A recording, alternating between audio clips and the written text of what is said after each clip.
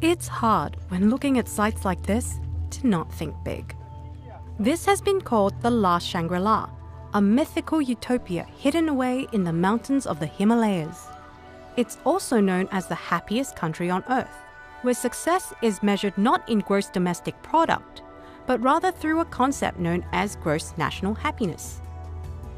But what does this measure of success mean in daily life? And more importantly, for me at least, what does it taste like? To answer these questions and more, this episode of Eat Drink Asia, we take you to Bhutan.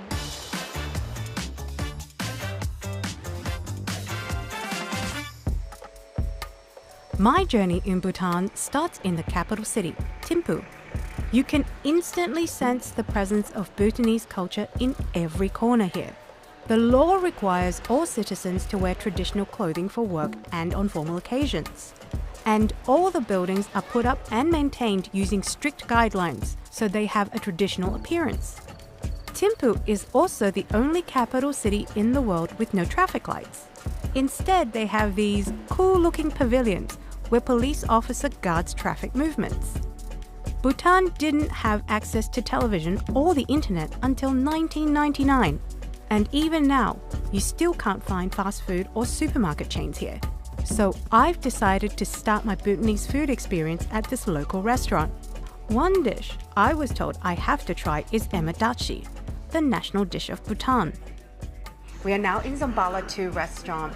There's a lot of local people just chilling, having their lunch there. We've ordered the national dish, emadachi, with the chili cheese sauce stew, which is something that we're told is part of everyday diet of Bhutanese people. The cheese sauce is very light. It's much less punchier than the cheese that we're used to. Less saltier than cottage cheese. I think more between, I would say like even a mascarpone and a cheddar. The spice is not too bad. I actually find it quite pleasant. It's not hot at all according to my high spice tolerance for Hong Kong standards. This is my first meal in Bhutan, and I already can't help but notice there is cheese in almost every single dish. So to find out what's so special about cheese in this country, I'm visiting Chef Blue at Pangu Restaurant. Well, these are amazing ingredients that you've prepared for us, Chef Blue. Can you explain to us what they are? Of course. So let's start with the different types of cheeses that we have here that we traditionally use in all of our cooking. The ones that are sort of in a circular shape, they're all called datsi. So there's different stages and fermentations of this datsi. So this is the freshest type of datsi that we have. This would be the second stage where it sort of develops a cover. The third stage would be where it sort of almost decimates into like a liquidy form. We eat a lot of pork and a lot of butter and a lot of cheese because, you know, high altitudes, and we need a lot of trans fat to sort of keep us warm and get us going and, you know, climbing mountains, etc. So would you say that cheese plays a very important part Yes, in Bhutanese cuisine? extremely. I think without datsi, it wouldn't really be Bhutanese food. With our meat dishes, we use a lot of onions, garlic, chilies, but with our vegetables, we don't really saute them or fry them or anything like that. Everything is with datsi. Dachi can be made by either cow or yak milk, and the most popular ingredient to pair with dachi is chili. But unlike many other places where chilies are used as spices, chilies are eaten as a whole, just like other vegetables in Bhutan. Are these native Bhutanese Yes, they're chilies? local Bhutanese chilies. They're harvested at multiple different stages. When they're younger, the spice hasn't really developed. And then once it's more dark green and a little bit harder, then the spice levels are really quite up there. Oh, amazing. And then when it turns red, we dry it on the roofs of our houses, and it turns to this. Wow. These are two fundamental building blocks of Bhutanese cuisine. You can combine them with other ingredients and create a plethora of local home-cooked dishes. What a spread you've prepared for us, Chef Blue. Where should we start? Let's start with all the datsi sems that we talked about that time. So the first one we have here is something we call pilu. So that's the yak cheese that's sort of been stretched out and smoked over a fire. Ooh, it's gooey. Almost like a Gouda flavor. Yes. Yeah. But the texture is, I would say, like in Chinese food, it's like a smooth, chewy, kind of like a bean curd, like a fresh bean curd flavor.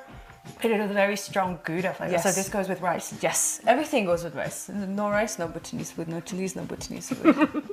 So the next one, let's do the Kewadatsi. So everyone loves Kewadatsi. As you know, Emadatsi is the national dish of Bhutan, right? Yeah. But we replace the chilies with any other vegetable, anything you want. Probably potatoes, a bit of spinach, asparagus, the fern. Wow. Yeah, any I mean, vegetable they cheese want. and potatoes, how can you go wrong? This is fresh cheese? Yes, it's actually a combination of fresh and the mildly fermented one. Oh. Pungent level cheddar. But with a bit of chili on it. Yeah. You can't go wrong with cheese and potatoes in any culture. The heavy use of butter and cheeses in Bhutanese dishes resembles certain flavor profiles in Western cuisines. But food in Bhutan is still often overlooked by tourists, and Chef Blue is on a mission to change that. You're doing really amazing things here at Pangu. What is your dream? How would you want recognition for what you're doing here? So I think me and my partner have come to a conclusion that, or we feel responsible to sort of highlight Bhutanese food and give it like an international platform almost, because a lot of tourists and visitors that come in don't really get to really experience authentic Bhutanese food, and the flavors are like toned down, the spices are toned down, the chilies are toned down. When I travel, I look forward to my food. Bhutanese food, unfortunately, doesn't have the greatest reputation just because of the experiences that have been offered in the past.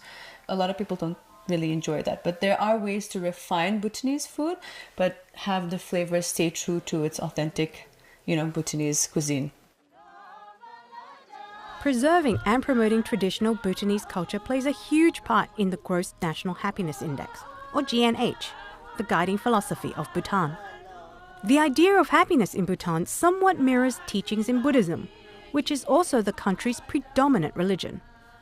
This means happiness does not necessarily mean being overjoyed all the time or owning material things. It's more about having a peaceful state of mind and striking a balance between sustainability, culture, and economic growth. This also translates to what Bhutanese people eat. For such a popular ingredient like dachi, you would be surprised that there aren't any industrial dachi products available in the country. So how do people in the city get fresh cheese? Simple, they go here. This is the cheese section of the market. As you can see, some of the familiar produce, such as the cheese that Chef Bleu showed us. What's this? This one is dry yak cheese. Dried yak cheese. This is dried one, so you can put it in the mouth and slowly you can chew it. Oh. Is this eaten like a snack with beer? We travel in the bus, we used to chew it. Oh, so it's just something to pass the time. Yeah. It's really, really tough. For some reason, it's a little bit sweet at first. But then the yak flavor comes out. It's really gamey. It's really hard. It will take 2 to 3 hours to chew. It takes 2 to 3 hours to chew this. I'm like a cow. After getting some dried yak cheese, I'm now prepared to take a 3-hour drive to Punakha, the religious center and former capital of Bhutan. Here, I'm meeting a local farmer family and seeing how they hand-make fresh dachi straight from cow milk. It's 7 o'clock in the morning. The sun has just risen over the mountain ranges, bathing the valley in this beautiful, misty light. And we are churning dachi this morning. To make dachi, farmers will first collect milk from a cow or yak. Then the milk is left to be fermented for a couple of days. After that, they use a churn to separate butter from the milk.